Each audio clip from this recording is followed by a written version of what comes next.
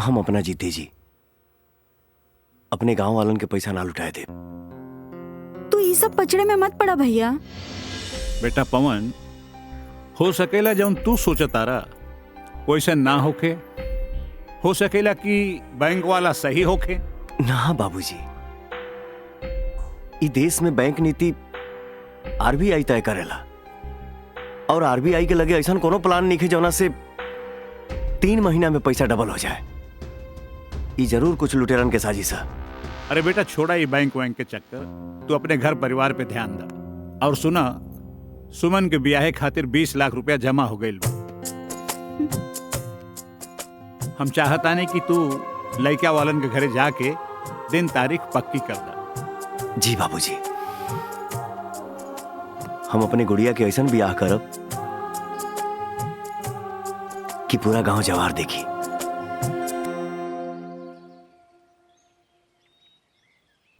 प्रणाम। अरे वकील साहब, आई बैठी। अचानक? अरे यार लली एगो क्लाइंट किया समय मिलल तो हम सोचली कि जात जात बेटी दामाद से मिलत चली। अरे तो बहुत अच्छा करी रहुआ ही घर है। अरे बिटिया। जी बाबूजी। अरे समधी जी खातिर चाय पाने लिया। अरे वो सब तो हो जाई, पहले ही बतावा कि दामाद जी इतना जल्दी में कहाँ जात रहलन। वो कहा कि बिटिया के ससुराल गए बड़े, ब्याहे के दिन तारीख पक्का करे खातिर। अच्छा। एक बात बताई, राउर वकालत कैसन चलत बा? अरे भगवान का शुक्र, बहुत बढ़िया चलत। आज ले हम कोनो केस हल्ली ना। रुकी मदद करी पवन बाबू, ना तो हमनी बर्बाद हो जाई। का भइल? अरे पिंकिया के आँख के ऑपरेशन खातिर हम 10,000 पेट काट के जमा कैले रहनी। रउआ के मना कैले के बावजूद भी पिंकिया के बाबूजी वो पैसा ले जाके बैंक में जमा कर देले। पवन बाबू, हमरा के कैसे भी वो पैसा दिया द। तू बैंक पहुंचा, हम आवत नहीं। बहुत मेहरबानी। तोहनी से कितना बार कहनी कि सब के सब फ्रॉड हमेशा। भाग चलो यहाँ से। ये लूट मार के दुकान जवन खोल के बैठल बाड़ू जा, एके चुपचाप बंद कर दा, नहीं तो कहीं अगर हम बंद करावे पे उतर गई नी तो सबके बोलती बंद कर दे। देखिए पवन जी, आप जैसा सोच रहे वैसा कुछ भी नहीं है। ये सचमुच ईमानदार बैंक है। ईमानदारी बा की बेईमानी एकर तो पता हम लगाइए ले। अभी काम के बात सुना, इनकर मरत तोहरा बैंक में कल 10,000 रुपया जमा कर गई बड़े। वो पैसा इनके वापस चाहिए। पर ये तो 3 महीने बाद सीधा 20,000 हो जाएंगे। इनके 20 ना 10 चाहिए, वो भी अभी के अभी। आप तो बुरा मान गए। बस मैं अभी दे रही हूँ, स्लिप दीजिए आप।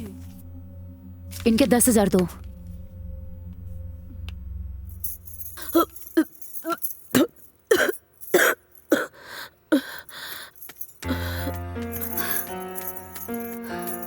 काबिल मुझी कुछ ना।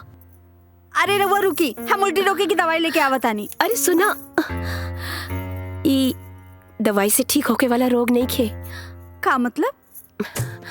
मतलब तू बुआ बने वाली बाड़ू। सच्ची? बाबूजी। का भाई? बाबूजी रवा दादा बने वाला बनी। सच? हाँ। अरे वाह, जय भगवान।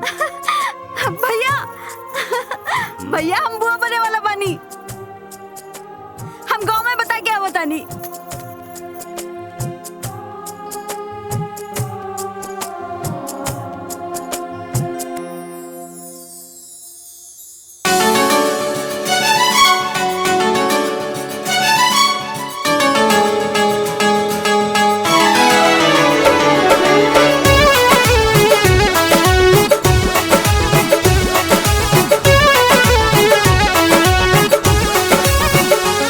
जन मारेलू हो जब डारेलू हो,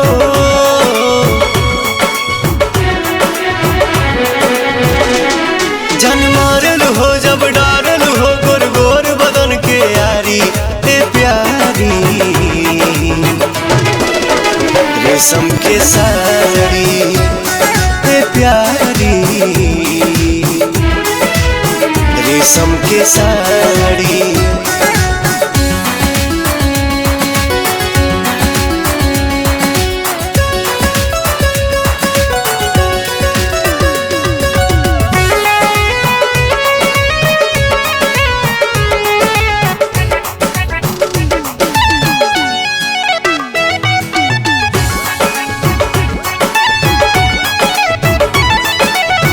पिंग मारे कनावा के बलिया ओठ पर हुकूमत करे लालिया।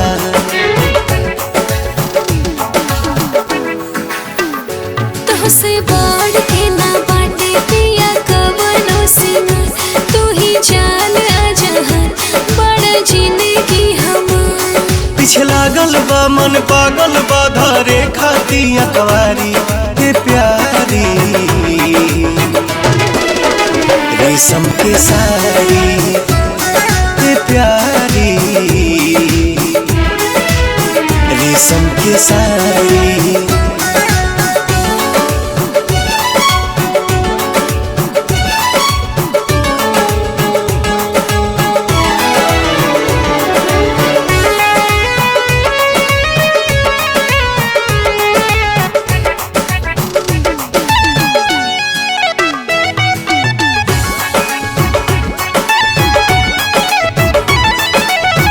आवन लगा दी कजरावा लागे नहीं केहू के नजरवा।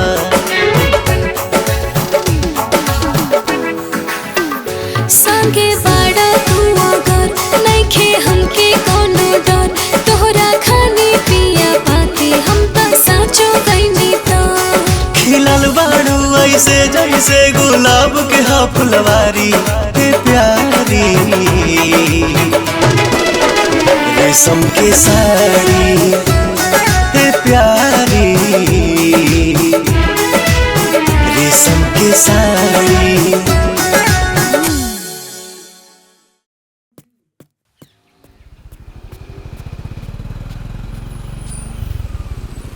ए भाई भद्रकाली मंदिर जाए के बा। भद्रकाली मंदिर की कंकाली मंदिर? भद्रकाली मंदिर। हाई मोटरसाइकिल से जइबो? हाँ जी। हाँ त ठीक बा।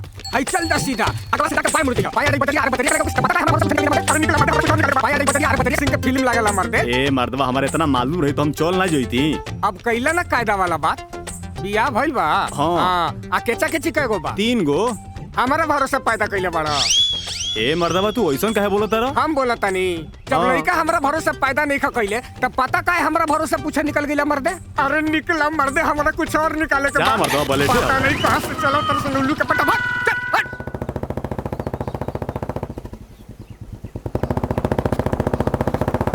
ए रुक रुक सुना। इतना जल्दी में कहाँ? भैया हम बैंक जाते नहीं। हम कहा बताई कि तोहरा वजह से हम कितना पिछुआ गए नहीं। पिछुआ गईली? कहाँ पिछुआ गईला? तू तो भैया हमके बैंक में पैसा जमा करे से मना कर देहला। हम तो मान गए नहीं, लेकिन गांव के बहुत सारा लोग जाके चोरी छुपे पैसा जमा कर देहले। उस सबके पैसा सीधे 3 महीना में डबल होके मिल गई। ई कैसे हो सकेला? हो सकेला ना भैया, ई हो गई बा। हम आज सीधा बैंक जाता नहीं और सीधे 25 लाख जमा करम भैया। 25 लाख? तब तोहरा हैसियत से बहुत ज्यादा रकम बा। कहां से लेबा इतना पैसा? भैया तोहरा का मालूम नहीं है, हम अपन खेत बाड़ी माल मवेशी सब कुछ बेचते बानी। जब हमरो पैसा 3 महीना में डबलिया के मिल जाए ना तो हम सीधे दुगुना किन लेम भैया। प्रणाम भैया।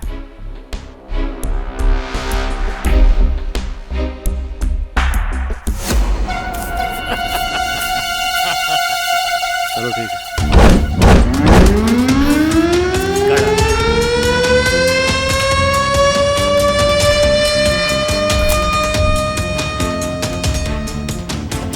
ए, चल बंद कर ही गरीब के लूटे वाला दुकान। ए पवन, इज्जत से नाम ले।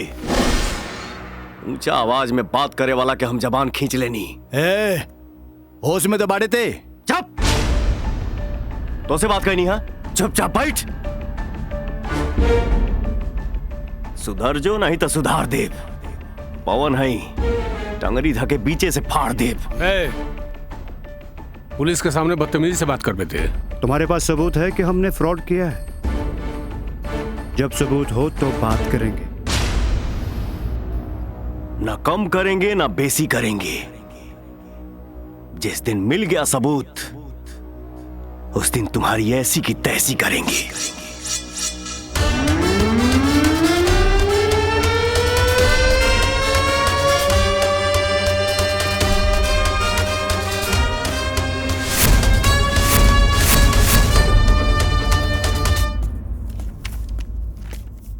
एगो जरूरी काम से हम पटना जाता नहीं बाबूजी। लौटे में 2-4 दिन समय लागी। अंजना भी 2-4 दिन नैहर घूम आई है। बेटा इतना कौन जरूरी काम आ गई जौन अचानक तोरा के पटना निकले के पड़ल? लौट के आइब तो सब बताई। हाँ बेटा खुश रह खुश रह। हाँ बेटा खुश रह खुश रह। भैया पटना से हमरा खातिर कुछ लेके आई है। ठीक बा। प्रणाम बाबूजी। अरे नरेश बाबू आई आई आई अचानक बैठी बैठी। सुनाई ले मिठाई खाई। मिठाई कौना बात के भाई? हमार भाई हाँ। बैंक क्लर्क से बैंक पीओ बन गई। अरे ओकर वाह। प्रमोशन हो गई बा। अरे वाह वाह वाह वाह वाह। सुमन बिटिया जल्दी से भगवान के सामने घी के दिया जलावा। हमार दामाद जी के प्रमोशन हो गई बा। हम चाहता नहीं हाँ ब्याह के दिन हाँ। जितना जल्दी से जल्दी हो सके उतरवा ली हल जी जी बहुत अच्छा बहुत अच्छा। लेकिन दहेज अब 20 ना 40 लगी।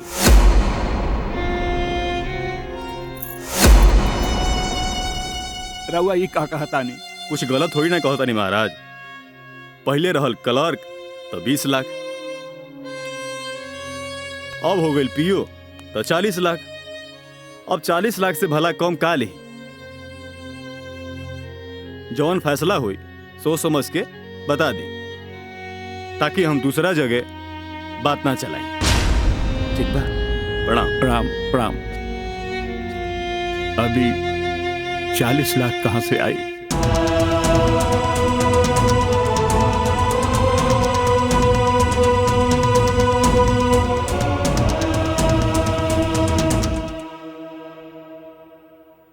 जी आइए बैठिए।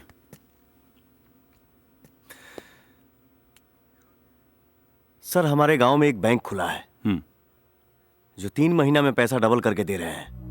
अच्छा। उसके बारे में हमको जानकारी चाहिए। ऐसा कोई बैंक तो है नहीं कि 3 महीने में पैसे डबल हो जाए आपके। वो कोई फ्रॉड लोग होंगे। बाहर से आप फाइल ले लीजिएगा। ओके सर, थैंक यू। सर मेरा फाइल। ये रही आपकी फाइल। Thank you. वेलकम। देखी महेश बाबू, इस समस्या जितना बड़ा बानू ओकर समाधान उतने आसान बा। 20 लाख रुपया जे रउआ सोन बेटी के शादी खातिर जमा कैले बानू नु ओकरा बैंक में डाल दी और 3 महीना में पैसा दुगना हो जाई। ओकरा निकाली और बिया कर दी बेटी के। ना पंडित जी ना, पवन मना कैले बा। अगर ओकरा के पता चली ना तो बहुत नाराज होगी। अरे पवन के अभी बतावे के जरूरते नहीं खे। 3 महीना के बाद जब 20 लाख के 40 लाख मिली ओकरा निकाल के बियाह कर दी, झंझट खत्म। हमार तो यह राय बा। बाकी रहुआ जौन मर्जी। अब हम चलत नहीं। प्रणाम। प्रणाम।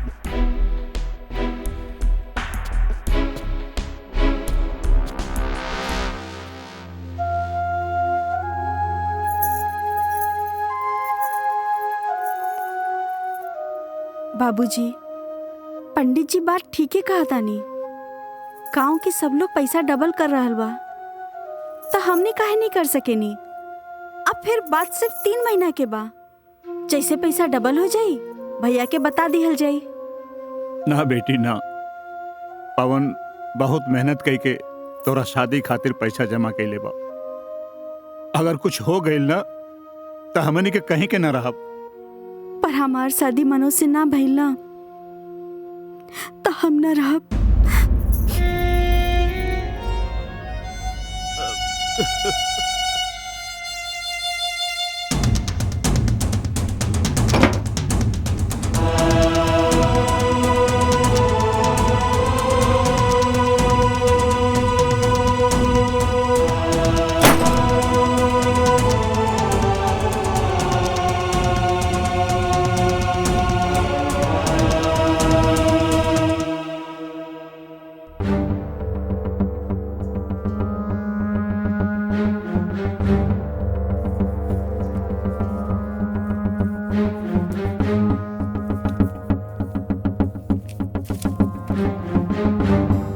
नमस्ते मैडम।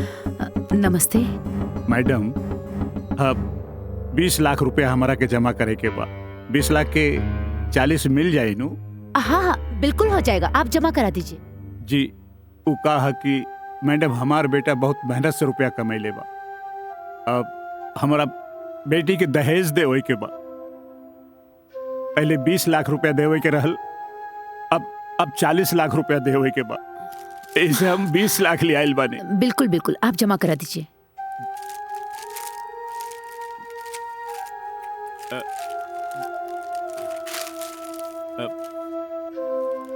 40 लाख मिल जाए नु? हाँ हाँ, बिल्कुल बिल्कुल। पक्का ना? हाँ, बिल्कुल मिल जाएगा। लीजिए, आपका नाम? जी, सुरेंद्र सिंह। सुरेंद्र सिंह, एक रिसिप्ट दीजिए। लीजिए। मैडम, 40 लाख मिल जाए नु? अरे आप जाइए, मिल जाएगा। और भी लोग लाइन में हैं। जी जी, जाइए जाइए जाइए। भाई हमारे हाँ। 4000 जमा कर दी। बाबू, हाँ, अपन बिहावा तक टाइम से कर ले रहल हैं? आही केस पूरा पाक गईल, एक्सपायरी में पहुंचा के हमार बिहावा करेबा। इनकरा से कर लेना भैया। अच्छा? सुना? हाँ, ये बुलाओ।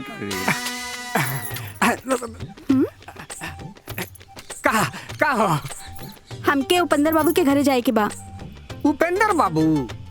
हाँ। का काम बा उपेंद्र बाबू से हो? तोहरा के काहे बताई? हमरा के पता बतावा। ए सोना, ऐसन बा, उपेंद्र बाबू ठार ले बुढ़ आदमी हैं? उनका यहाँ कुछ मिली? तनी हले देखा ना। पागल आदमी बड़ा का? पागल रहती ना बाबू, तो अब ले उखियारी में ले जाके तार व्यवस्था कर देले रहती। ऐसे झापड़ मारब ना, प्यार का सारा भूत उतर जाई। गदहा कहीं का। खिसियात का बड़ू? बुढ़ापे में चलल बड़ा इश्क फरमावे। बाबू, ए सोना, ए बाबू, सुन ले ला, न चांद होगा न तारे होंगे, बुझाता इस साल भी हम कुंवारे होंगे। अरे बेटा का उम्र का लड़का सबका भी धक धका के बिया हो रहा है, हमारा नसीब में लगता है इस साल भी छुहारे होंगे। बैंक में 5 करोड़ रुपए जमा हो गए। रोजी, बैंक में ताला लगा। अरे दादा ओ दादा, अरे हमार कुल रुपया चल गई।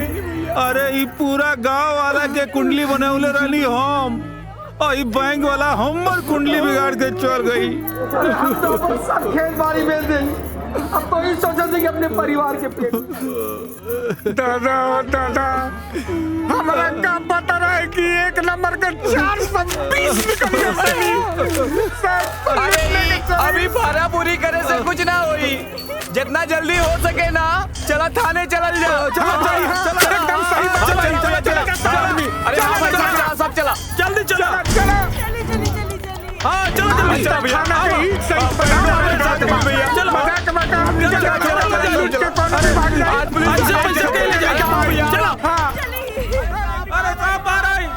तनी देखता जाके बारी कौना का मैया जा रहा बा, जाता हला करता रसन जो। अरे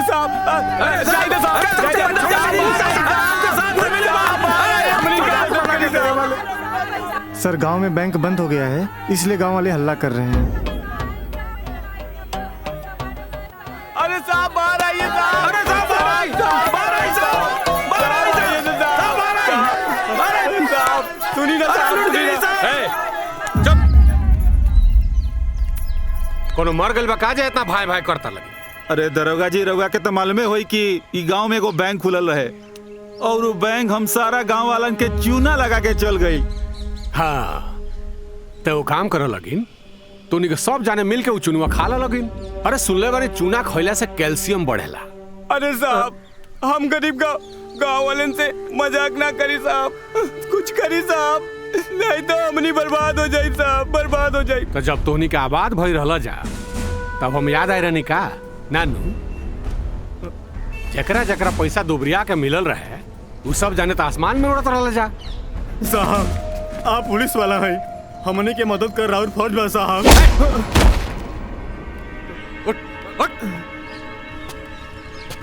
हमरा का हमार फर्ज होती बे, 154 धारा लगा के भीतर डालब, इतना ठोकब कि जौन मसीहा और हीरो बने के कोशिश करता रहनू, सब पिछवाड़ा से निकल जाए। पुलिस से पूछ के पैसा जमा कैले रहल जा हैं? सरकार दिन रात चीख चीख के टीवी पर कहता कि फर्जी बैंक के झांसा में मत आवा लगिन, लेकिन तोहनी के तो सरकार के बात घोड़ा के पाठ समझेला। अब जा लोग। अरे ऐसा मत कही सरकार, ऐसा मत कही, ये हमने कुल गाँव वाला लोग बर्बाद हो जाए। अरे कौनो तो रास्ता हो साहब। हाँ रास्ता बानू, यहाँ से आगे जाइए और बाएं मुड़ जाइए। चल निकल निकल। ए निकाला सर निकल। ए भाई एजा हमनी के कोनो सुनवाई नहीं होखे वाला।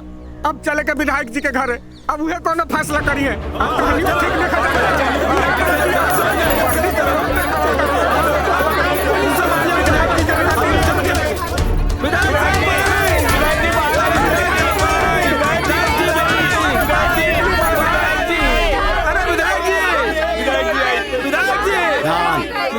ध्यान दो जा लोग।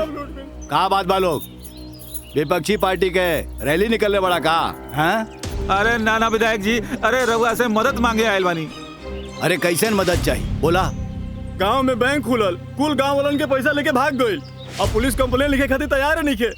रउरा कुछ करी जोना से हमनी के पैसा निकल सके। बस यह समस्या हो तुम लोगन के। पहले तो खुद गलती करवा लोग, फिर ओकरा बाद में कोनो 19-20 हो गई तो लग जाइबा सरकार के पीछे। अरे सरकार के और कोनो काम हो कि ना? हैं? अरे हमके देश के विकास करे के हो। देखा जौन कुछ भाई लोकरा के भूल जा। चला लोगन निकला, चला निकला। चला भैया। लागत है दुनिया में हम गरीबन के क्यों मदद ना करी। हाँ? अभी लड़ाई ना हमने खुद ही लड़ जाई। हाँ सही कहा तेरा। हमनी जाता नहीं विधायक जी, लेकिन एक बात याद रखब, कितनो चिड़ै उड़ी है आकाशा, फिर करी है धरती के आशा। ए धमकी देता रे तोर औकात हमरा के पता हो। एगो पाउच और 1 नंबरी। अरे और हम है 10 नंबरी। चुनाव तो हम बाएं हाथ से जीत ले। चला लोगन निकला, चला ना तो लगा जूती आवे। चला निकला।